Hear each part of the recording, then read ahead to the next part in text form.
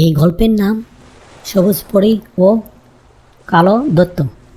গুলিস্তান নামে পার্শ্বে এক পাহাড় ঘেরা শান্ত গ্রাম ছিল, কিন্তু সেই দিনটিও কালবশের মতো অন্ধকার। সাধারণ ঝর্ণা শুকিয়ে যায়, ফুলগুলো কালো হয়ে যায়। নদী প্রবীণরা মনে বলেন পাহাড়ের চূড়ায় স্থায়ী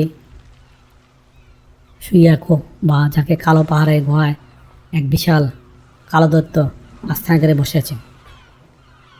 সে বন্দি করে রেখেছে প্রাকৃতিক প্রাণ সবুজ পরীকে। কৃষক তরুণ আরশাদ দেখল তার বৃদ্ধ মা অনুরোধ করল, কারণ প্রতিটি সমর্থিত ঝর্ণাটাকে শুকিয়ে গেছে। আরশাদ ঠিক করেন সে একা যাবে দানের হাত থেকে সবুজকে পরীকে মুক্তি করতে। গ্রামবাসী তাকে বাধা দিয়েছেন, কারণ এর আগে কেউ ফিরে আসেনি। কিন্তু আরশাদ তার মেয়ে কপালে চুমুটি একটি সাধারণ তলার এক মুঠো তিল নিয়ে পড়ল। প্রথম বাধা একটি শক্তিশালী মরু, যেখানে বালু আর আগুনের মতো সব গরম। আরশাদ দেখল পিঁপড়ের একটি হরিণ ছানা ছটফট ছটফট করছে। সে নিজের শেষ বিন্দুটি দিয়ে হরিণকে খাইয়ে দিল। কৃতজ্ঞস্বরূপ হরিণটি তাকে একটি জাদুকরী পথ দিয়েছিল, যা দিয়ে সে দ্রুত মরুভূমি পার পায়। দ্বিতীয় বাধা একটি কথা বলা নদী। নদীটি তাকে বলল, যদি তুমি আমার পানি স্রোত উল্টো দিয়ে বইতে পারো তবেই পথ দেব। আরশাদ দেখল মোহনায় বড় একটা নস্কা ইনস্টলে আছে। সে তার সর্বশক্তি দিয়ে চিত্রটি দিল, কিন্তু নদীর প্রসন্ন হয়ে তাকে পার করল। তৃতীয় বাধা একটি ঘন কুয়াশা বন। এখানে সে ঢুকে সে পথ হারিয়ে যায়। আরশাদ তখন তার পকেটে তিলগুলো মাটিতে খাদে সরাতে চলতে, যাতে ফেরার পথ মনে রাখে। প্রকাশ কুয়াশা আচ্ছন্ন হতে এক বিরোধিতার ঘোষণা গেল, সাপ বাছা। আরশাদ পাহাড়ের চূড়ায় চাপল। ঘটে আর ঘটঘটো অন্ধকারে পচা গন্ধ। গুহার ভিতরকার শেষ এক বড় খাঁচায় বন্দী হয়েছে সবুজ পরী। সবুজ পরী আবহাওয়ায় ম্লান হয়ে গেছে। তার পাশে পাহাড়ের মতো শরীর নিয়ে অঘম ঘুমাচ্ছে কালো দৈত্য। তার নাক ডাকার শব্দে গুহায় পাথর কাঁপছে।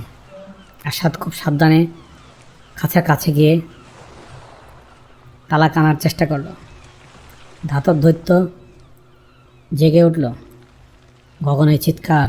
দৈত্য বলল, পিঁপড়ার মতো মানুষ।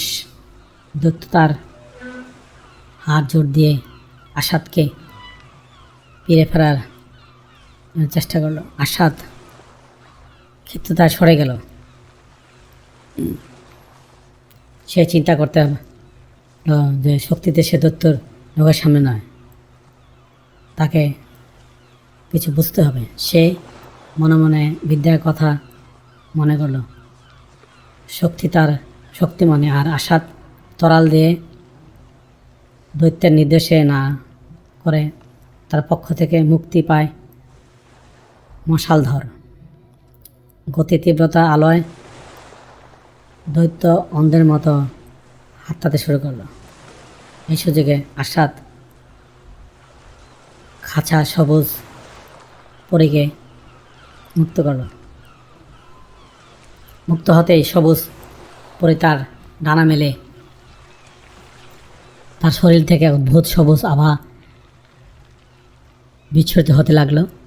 সেই আলোক দৈত্যের ভালো লাগতে পারা দৈত্যটি ছাত্রছাত্রীতে পরিণত হতে শুরু করলো। অশুভ শক্তি বিলীন হয়ে গেল। সবুজ পরী আরশাদের কাঁধে হাত রাখল। নিমিষের মধ্যে তারা গুহা থেকে উঠতে উঠতে মাঝখানে এলে পড়ল। পড়ি তার জাদুকরি বাঁশি বাজালো, সাথে সাথে শুকিয়ে তোলা ঝর্ণা থেকে রূপালি জল বইতে শুরু করলো। গাছপালা দিয়ে ফুরফুরে ভরে উঠল। আসাদের মা শক্তিশালী হয়ে উঠলেন। গ্রামে আসাদকে বীরের সম্মান বরণ করে নিল।